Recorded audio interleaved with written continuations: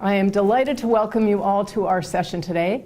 My name is Joanne Miller. I'm chair of the psychology department here at Northeastern, and I'd like to just start our session by giving you just a brief overview of our undergraduate program. We have crafted our undergraduate program to be rigorous yet flexible and to provide students with a lot of different kinds of opportunities.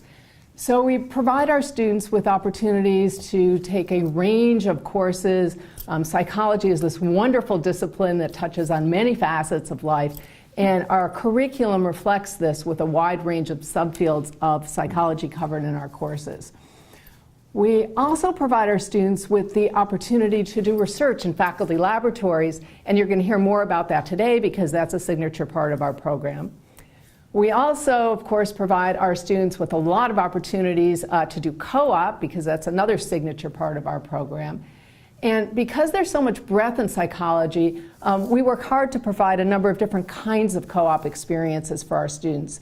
So some of our students work in research labs, some work in clinical settings, some work in school settings, some work in industry. We've had co-op students work in law firms, so we provide this opportunity. We also provide opportunity for our students to become actively involved in different kinds of activities we offer. For example, our psychology club, open to all of our psychology students.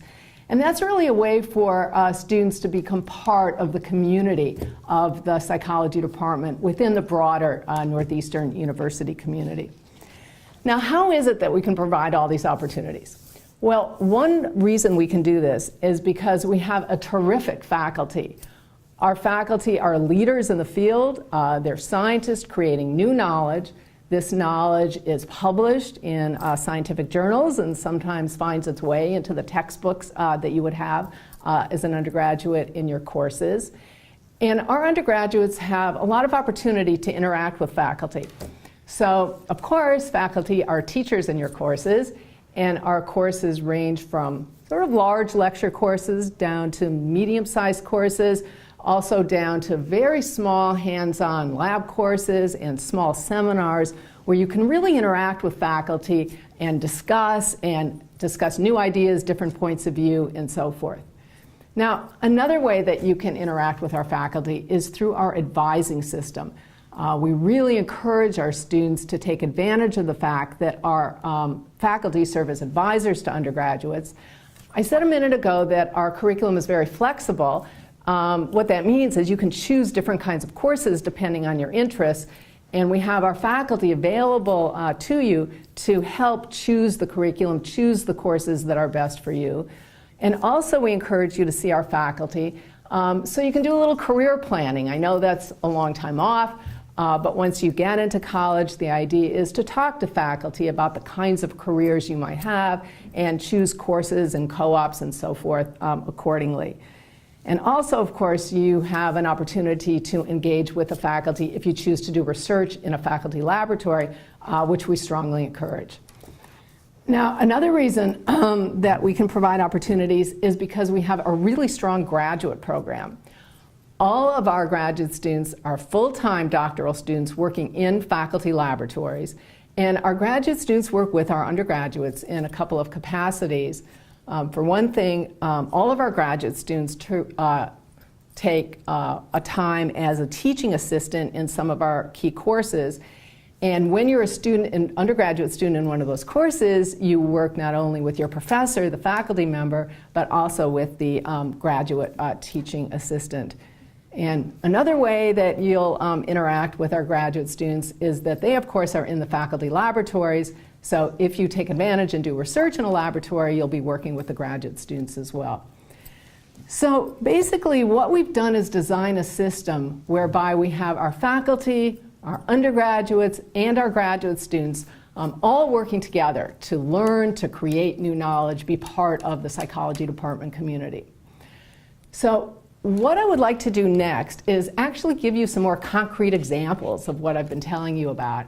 And I want to do that by showing you a video. The video is short, just about 5 minutes, and what you'll do is see what you'll see are some examples of the kind of research we do, the questions that we're asking, and you'll see faculty, you'll see graduate students, and you'll see undergraduates. So pay attention to the undergraduates as you watch the video. Afterward, we'll come back. I'll introduce our panel, which is composed of faculty, and we have some current Northeastern undergraduates with us today, and then we'll take your questions. So, the video.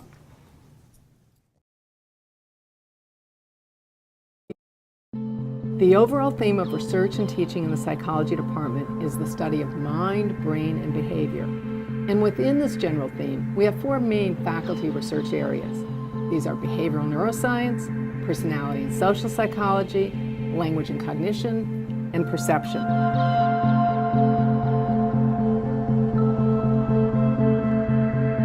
I mean, it's been known for a long time that what you see influences what you feel. But the idea that what you feel could literally influence your visual system, I think, is a very unique and innovative question. We generally study emotion. We study the nature of emotion. So what is it that your brain and your body are doing when you have a feeling of anger or sadness or fear? And how do you know what feeling you're having? How is it represented to you? How can you tell? I use methods from vision science, like continuous flash suppression. We also take a lot of physiological measures. I look at the way that body signals or body states can influence things like affect, but also influence things like perception. So I'm also interested in something called Interoception, which is your ability to detect changes in your body state. I'll show you these really important things that exist. What happens to the brains of those animals? How do they respond later?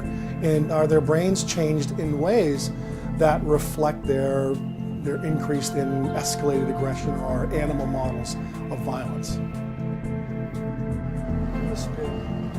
I'm still continuing to do this for the next 2 years. I've learned all about their animal model related to the brain areas that Professor Maloney has been researching for the past 20 years or so. I've learned how to do injections on the animals. I'm working on learning how to do perfusions. It's just been a really great comprehensive learning experience. Color vision is the main focus of my research, and I do this with behavioral methods, studying perceptual phenomena. I use mathematical modeling based upon data we collect perceptually to try to understand those processes. In my lab, we look at how people think. We're doing developmental work, how thinking changes over time, and in particular, how development is affected by environment. So we're looking at how urban, suburban, and rural children reason about plants and animals. One of the biggest things that Professor Chloe's lab has showed me is what it's like to be a graduate student and what it's like to be a professor. So having the opportunity to be in the lab, I get to work closely with himself as well as the graduate students, and working on my own project gives me, to a lesser extent, the idea of how it is to have a project going on in the lab and understanding everything that goes into just one research project. My research is interested in how stress affects the brain.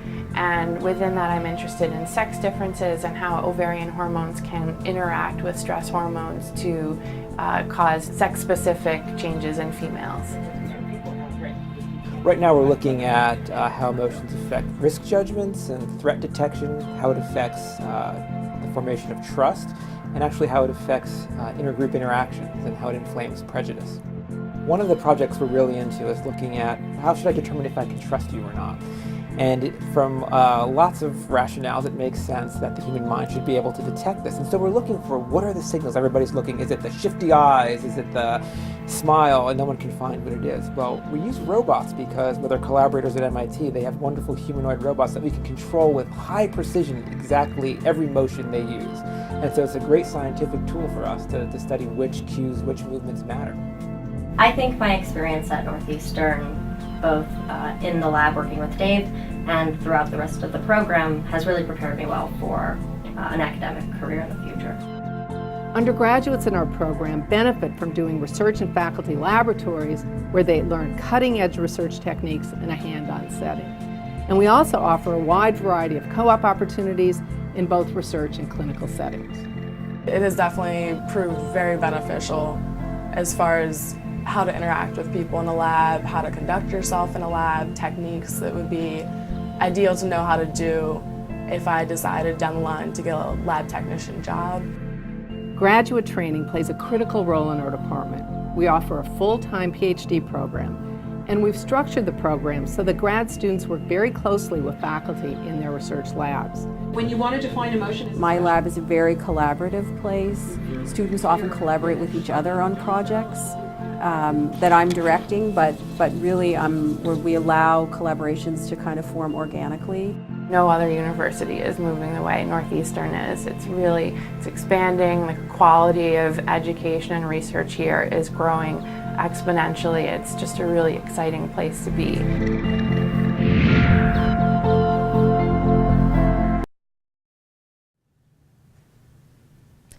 Okay, I'd like to introduce our panel now. We have faculty and students, as I said. We have one of our professors, Dan Quinn, who teaches some of our key courses in the department and also is in charge of our entire advising system. Another faculty member we have is Michelle Israel. Michelle is a co-op coordinator for the College of Science, and over many years she's gathered lots of experience working with psychology co-ops. We also have two students, one I think you'll recognize from the video. We have Stephanie Silvera, who's one of our very active psychology department members. Stephanie is actually a senior. She'll be graduating in May, so she has a very wide perspective on our program. And we also have Melanie Aronson, another very active student. And Melanie is actually a Northeastern admissions tour guide, so she can answer lots of questions about Northeastern at large. So we welcome your questions. Okay, first question, what kind of occupations can a behavioral science psychology major support? Okay. So a lot of the students choose to participate in working with people. I think that's a lot of the reason people choose psychology, and it's a little bit of an offset of the curriculum in psychology. So students may come in and choose to work with adults with psychiatric disabilities, children with autism, children with behavioral disabilities, and some of them will choose to continue to do that once they graduate. Other students will stay very true to the curriculum and work in research, and some of that happens in academic settings, some of that happens more in industry. We definitely have students who want to go on to other professional occupations such as law. Some students want to go on to business. What psychology does is gives you a really good foundation in a lot of fields, and as Professor Miller said, there's a lot of flexibility within psychology. So students can take some business classes if they like. And bringing back to what I said about working with children with autism, there's a great set of classes where if students are interested in working with children with autism, there's a set of 3 classes where students can gain these skill sets and actually come out and be able to receive a licensure after they graduate to do that, and many of our students have. It really also sets you up very nicely after graduation to go on to whether it's graduate school in psychology, whether it's law school, later on whether it's to go on and get an MBA, and many of our students have done that throughout the years. And actually, she's probably too modest to say it, is Stephanie will be definitely going on in that direction, whether it's a master's or a PhD program. Okay. We have another question. How many classes are taught by TAs? And we could also talk about class size as well. Thank you. Very few of our courses are taught by TAs. I don't have the information with me. As I recall, we teach 50 courses a semester, thereabouts. So, and I recall maybe 4 of them being taught by graduate students over the last year. So very few, and those guys are the super duper ones. They're senior graduate students. They've TA'd, they have a lot of experience. They do a good job as the instructor of record for our courses. The class sizes, intro psych foundations course is 50 or 60 people. There are some lower level electives like psych in the law and sports psychology and psych of women that tend to be bigger. They very seldom get to 80 though, so 75 or 80 for those. Our topic courses in the major areas of psychology are 60 or 70. After that, statistics is 40 people per section. The labs and the seminars are 19 people, 19 students per section. The directed studies, which we actively encourage, are 1 person per section, where you work hand in hand with the faculty member in their lab. Stephanie and Melanie have done that. Depending on the rest of the questions, maybe they can add their 2 cents worth about directed studies. Great. Well, maybe one of you would like to talk about directed studies, one experience you've done. So personally, I've done directed studies in several different labs on campus. So it's a really great opportunity where you work for about 8 to 10 hours a week in a faculty member's lab. So instead of having homework and doing projects, you're attending lab meetings, actively running participants, putting in data, being involved in the actual research projects. So at the end, usually you have some kind of reflective essay on your experience, or maybe a big research paper that you've been working on during your time. But it's a really great opportunity, and it can actually count for one of your lab courses. So it's definitely very hands-on in the lab research. Or a poster, or a professional publication, I might add. Definitely. I know in both of the labs actually that I've done directed studies, and we've done posters for even just our expo here on campus. So it's kind of great experience. You want to say something? I can't add too much. Okay. I can't add too much to what Stephanie just said, but definitely I'm in the middle of a directed study right now. I'm working with a professor in his lab with a bunch of other directed studies as well. But it's a very individual experience, and it kind of becomes what you really are looking to get out of it. So some people, we have a whole bunch of different projects that different people are working on. We just submitted abstracts to that particular research expo, so all of us are going to be working on posters. I'm working on a paper, so there's a lot that you can get out of a directed study. There's a lot of experience there. Okay. And how accessible are faculty to students, especially undergraduate students looking to conduct research? I can talk because the microphone's in my hands. It's one of the things that I say most often at all of these is that take the opportunity to get to know your professors, regardless of where students go to school. The connections are incredible, and faculty and professors here are incredibly accessible. They want you to come to their office hours. They want you to engage in classes. They want to see you. They will welcome you into their labs. Directed study is huge here, and just there's so much that you get from it, and professors know that they're here because they want to teach.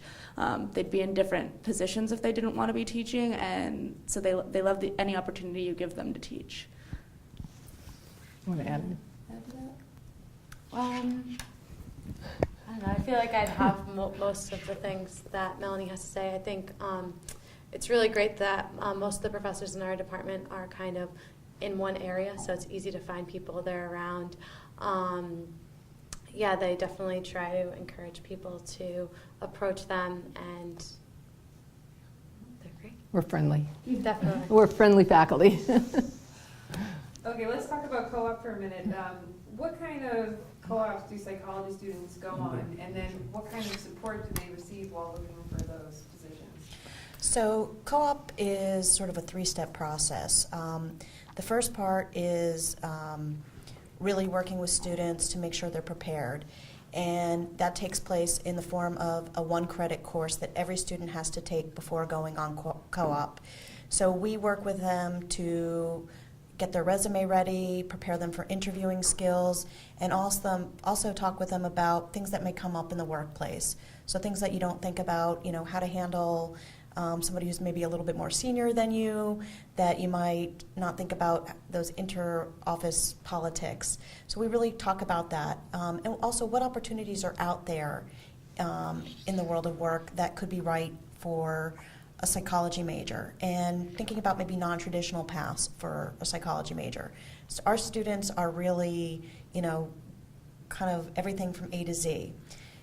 We utilize a database where we have jobs, but students are also open to looking outside of that database if they have a unique interest. really, like I said a little bit earlier, is a lot of students are interested in starting off in, I think when they think psychology, you're thinking clinical, but some, like these two young ladies, are really kind of focused on research at this point. I know Stephanie did her first co-op in a clinical setting, stayed, loved it, but really found her passion in research, which is part of the co-op program. We encourage students to explore. We offer the opportunity to do up to 3 co-ops. So the first time students can do co-op is second semester, sophomore year. And again, it's not limited based on what your major is, it's limited based on what your experience is. So we do talk to students when they're freshmen, and if they have specific interests, we tell them what are steps you can take maybe over the summer after your freshman year. I even talk to students right now at open houses and things like that, and based on what their goals are, here's some steps you can take to get yourself ready for those goals. So again, students want to do clinical things, working with people with psychiatric or developmental disorders.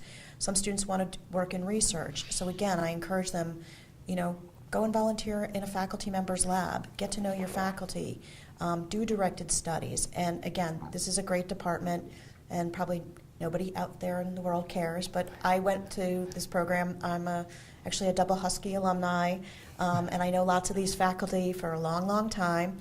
And they're very open, they're very willing to take students in their labs to help them gain that experience before they go out into the world, if they're looking for that experience. Some of them may want to go into business. So again, I would, tell them what the steps are that they need before that. So there's a lot of stuff done in the preparation area. While they're out on co-op, we are there as a resource if they do run into trouble. So, we're always there. We're a phone call or an email away. If there's a problem, they can come to us. And then when they come back, there's a reflection component. So we work with them to figure out, is this the right fit? Do you want to go on to the next step? Or are you going to go into a different direction for your next time? Okay, and we have a question here. Can you talk about a major in developmental psychology? We don't have a major in developmental psychology. Any undergraduate psychology degree is a general degree.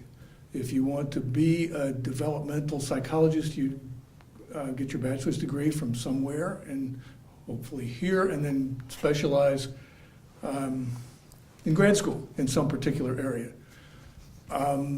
Within our program, you can do 3 or 4 developmental psychology courses. You can get outside of the program and take courses in counseling, sociology, criminal justice, that all have to do with kids or adults or geriatrics or through the whole lifespan.